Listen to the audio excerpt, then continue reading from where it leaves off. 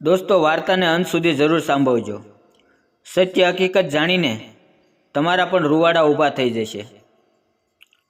Central જેલમાં પતિએ ફાંસી પર લટકતા પહેલા અંતિમ ઈચ્છામાં પત્ની સાથે સુહાગરાતની ઈચ્છા જણાવી અને તેની ઈચ્છા પૂરી કરી દેવામાં આવી.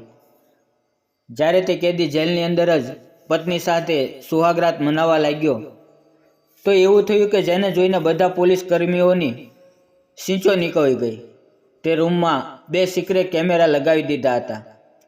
આ ખૂબ જ ગંદી હરકત હતી, પણ હું મારાથી ઉપરના લોકોના લીધે મજબૂર હતો અને જેલર સાહેબની ઈચ્છા હતી કે હું તેના રૂમમાં કેમેરા લગાવું, જ્યાં થોડીવાર પછી એક કેદી તેની પત્ની સાથે મુલાકાત કરવાની હતી.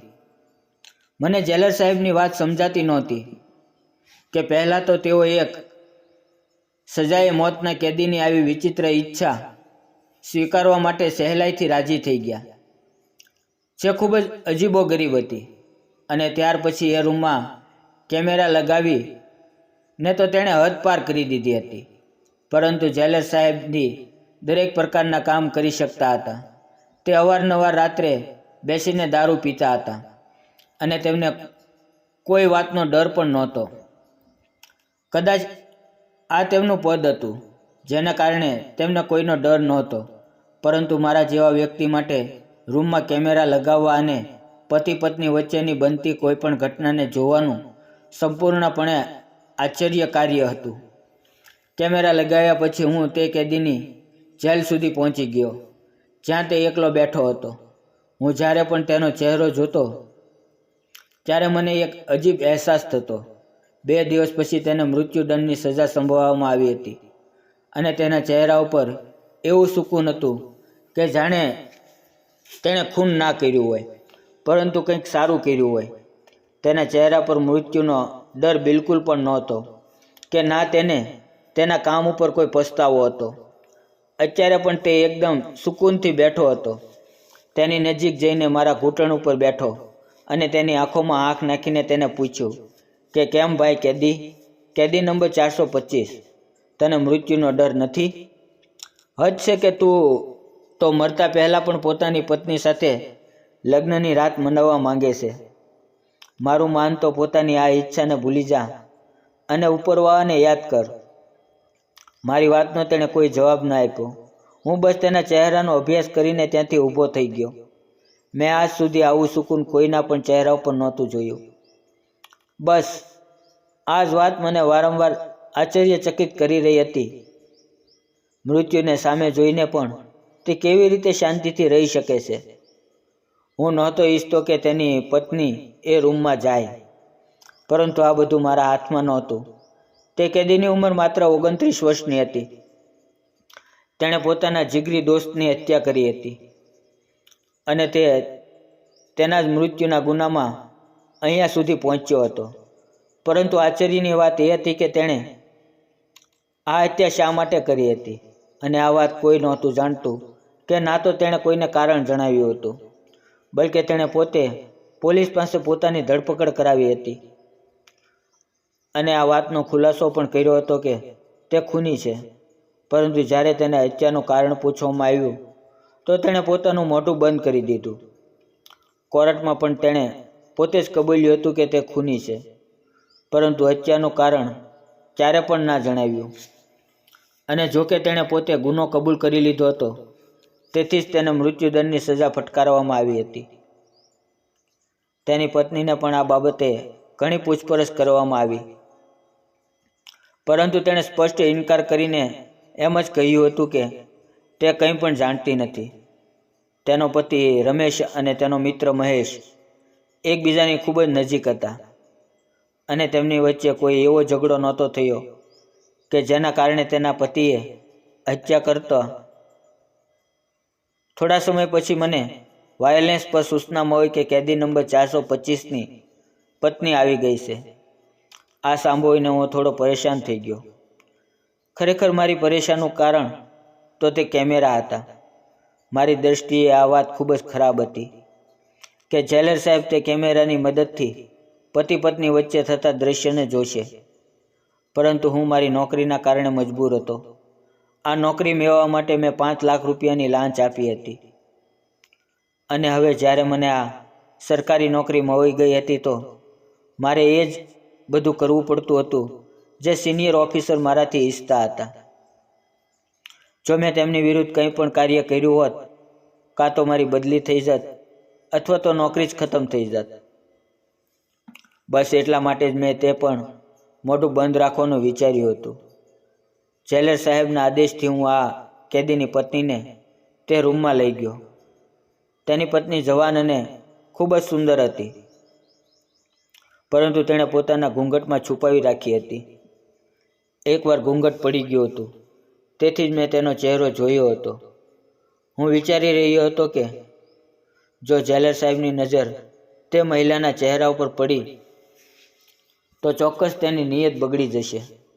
તે મહિલાઓના ખૂબ જ શોખીન હતા અને ઘણીવાર રાત્રે તેમના રૂમમાં મહિલાઓ લાવવામાં આવતી હતી. ત્યાં શું થતું હતું તે કોઈ પણ જાણતું નહોતું. જેલર સાહેબના આદેશ પર કેદી નંબર 725ને તે રૂમમાં મોકલી દેવામાં આવ્યો અને મોકલતા પહેલાં તે બંને પતિ પત્નીને સંપૂર્ણ તલાશી લેવામાં આવી હતી, જેથી તે કંઈ પણ ખોટું કાર્ય ન કરી શકે. આજ સુધી ક્યારેય કોઈ કેદી આવી અનોખી ઈચ્છાની માંગણી નહોતી કરી. એટલા માટે જેલમાં આવું પહેલીવાર થઈ રહ્યું હતું અને આ વાતને ગુપ્ત જ રાખવામાં આવી હતી. જેલર સાહેબ ના તો કોઈની પાસેથી પરવાનગી લીધી હતી કે ના આ વાતને કોઈની સામે જાહેર કરી હતી. અને આ વાત મને પછી ખબર પડી કે તેમણે આ અંતિમ ઈચ્છાને રદ કરવાને બદલે પૂરી કરવાની જરૂરી સમજી હતી. મેં 2 ગાર્ડ રૂમની બહાર તૈનાત હતા. રૂમના દરવાજા પર કોઈ લોકો કે ચોકીદાર મોજૂદ નહોતું. તે બંનેને છોડ્યા બાદ હું જેલર સાહેબના આદેશથી તેના રૂમમાં પહોંચી ગયો અને ત્યારે તે લેપટોપ ખોલીને બેઠા હતા. તેમણે મને પણ તેની સાથે બેસવાનો ઈશારો કર્યો. હું તેમની સાથે ઘણી વાતચીત કરતો હતો અને તે મારા ઉપર ખૂબ જ વિશ્વાસ કરતા હતા. તે કહેવા લાગ્યા, ચાલ આપણે પણ થોડી મજા કરીએ. અને આ સાંભળીને હું શરમ અનુભવવા લાગ્યો અને મેં કહ્યું કે ના સાહેબ, હું જેલનું ચક્કર મારીને લઉં છું, તમે બેસો. પરંતુ તે માન્યા નહીં અને કહેવા લાગ્યા કે તું પણ મારી સાથે બેસી જા. મરતા પહેલાં એ કેદીની અજીબ ગરીબ ઈચ્છાએ મને મજબૂર કર્યો કે હું જોઉં તો ખરા, આખરે તેની પત્નીમાં આવે એવું શું છે જેથી તેને મૃત્યુ સમયે પોતાની પત્ની સાથે સુહાગરાત મનાવવાની ઈચ્છા જાગી. કંઈક તો એવું હશે, નહીતર મરતા પહેલાં પણ તેને પોતાની પત્નીનો સાથ જોઈએ છે. તેના મૃત્યુ પછી તેની પત્ની વિધવા થઈ જશે. બિચારી ગરીબ મહિલા છે. આપણે તેને ખાવા પીવાની થોડીક વ્યવસ્થા કરીશું. આટલું કહીને તે ખૂબ જોરથી હસ્યા હતા અને તેના હાસ્યમાં મોજૂદ હવસ અને કપટ મને સ્પષ્ટ દેખાતું હતું.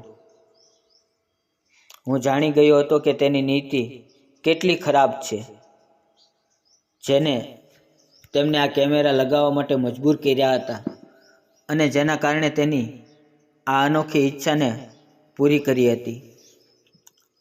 તે આ વિડીયોની મદદથી પાછળથી તે મહિલાને બ્લેકમેલ કરીને ખૂબ જ સરળતાથી પોતાનો ગંદો મકસદ પૂરો કરી શકે છે. અને આ વાત સમજ પડતા જ હું પોતાને ધિક્કારવા લાગ્યો કે મેં તેમના કહેવાથી કેમેરા લગાવ્યા.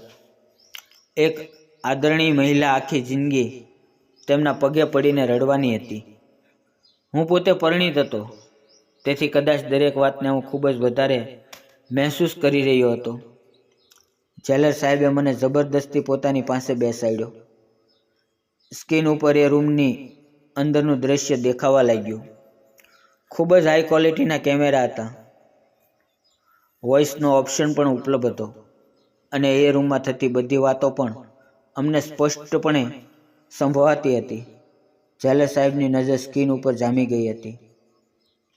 હું જ્યારે સ્ક્રીન ઉપર જોતો હતો ત્યારે મને શરમમાં માથું નમાવી લેતો. તે કેદીએ પોતાની પત્નીને હાથ પકડીને પલંગ ઉપર બેસાડી અને તેના ઘૂંઘટને ચહેરા પરથી હટાવી દીધું. સ્ક્રીન પર તેની પત્નીનો ચહેરો નજર આવતા જ જેલર સાહેબ તેમની ગંદી જીભ વડે તે મહિલાના સુંદરતાના વખાણ કરી રહ્યા હતા અને પછી સ્પીકરમાંથી આવતા અવાજે અમને બંનેને સ્તબ્ધ કરી દીધા. તે બંને એકબીજા સાથે વાતો કરી રહ્યા હતા.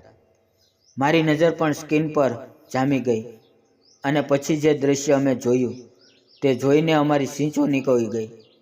તે કેદીની પત્નીએ સુહાગરાત દરમિયાન એવી હરકત કરી કે જે કદાચ કોઈ પણ મહિલા ના કરી શકે. તે તો પોતાના પતિ કરતાં પણ વધારે તાકાતવર નીકળી ને જોતજોતામાં તેણે પોતાના પતિને મને હવે સમજાયું હતું કે તેના પતિએ તેની અંતિમ ઈચ્છામાં પોતાની પત્ની સાથે આવી ઈચ્છા શા માટે વ્યક્ત કરી હતી. જેલર સાહેબ તરત જ એ રૂમ તરફ દોડ્યા. હું પણ તેની પાછો દોડ્યો અને જ્યારે અમે રૂમમાં દાખલ થયા ત્યારે તે કેદી પલંગ ઉપર પડ્યો હતો અને તેનો શ્વાસ ઝડપથી ચાલી રહ્યો હતો અને તેની પત્નીએ ઝડપથી તેનો ચહેરો છુપાવી લીધો. જેલર સાહેબે કંઈ પણ વિચાર્યા વગર તે મહિલાનો હાથ પકડ્યો અને ખેંચીને પોતાના રૂમમાં લઈ ગયા અને હું તે કેદીની પાસે જ ઊભો રહી ગયો. તે સીચો પાડતા મને પૂછી રહ્યો હતો કે તેની પત્નીને કેમ લઈ જવામાં આવી રહી છે, પરંતુ હું તેના પ્રશ્નોનો જવાબ નહોતો આપી શકતો કારણ કે હું જાણતો હતો કે જેલર સાહેબ તે મહિલા સાથે કેવું વર્તન કરશે. જે કંઈ પણ તે મહિલાએ તેના પતિ સાથે કર્યું હતું તે પછી તો જેલર સાહેબ તેને કોઈ પણ ભોગે છોડવાના નહોતા. મેં કેદીને બેસવાનો ઈશારો કર્યો અને હું પોતે પણ તેની સામે બેસી ગયો અને આ પહેલી વાર હતું જ્યારે મેં તેનો અવાજ સરખી રીતે સાંભળ્યો હતો. નહીં તો તે ક્યારેય વાત જ નહોતો કરતો. મેં તેને કહ્યું કે મને પોતાના વિશે બધું સાચે સાચું જણાવ અને તે આ ગુનો શા માટે કર્યો એ પણ કહી દે. તેણે પછી ખામોશીથી પોતાનું માથું નમાવી દીધું. તો મેં તેને કડક શબ્દોમાં કહ્યું કે જે કંઈ પણ આ રૂમમાં તમારા બંને પતિ પત્ની વચ્ચે થયું છે તે બધું કેમેરામાં રેકોર્ડ થયેલું છે. જો તું તારા ગુનાનું કારણ નહીં જણાવે તો આ રેકોર્ડિંગ દુનિયા સમક્ષ રજૂ કરી દેવામાં આવશે.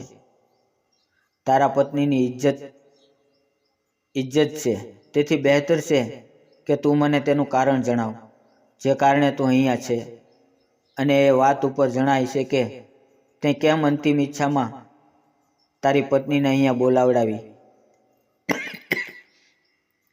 મિત્રો, વિડીયોનો આગળનો ભાગ સાંભળવા માટે ડિસ્ક્રિપ્શનની અંદર લિંક આપેલી છે, ત્યાં ક્લિક કરો. આગળનો ભાગ જરૂર સાંભળજો.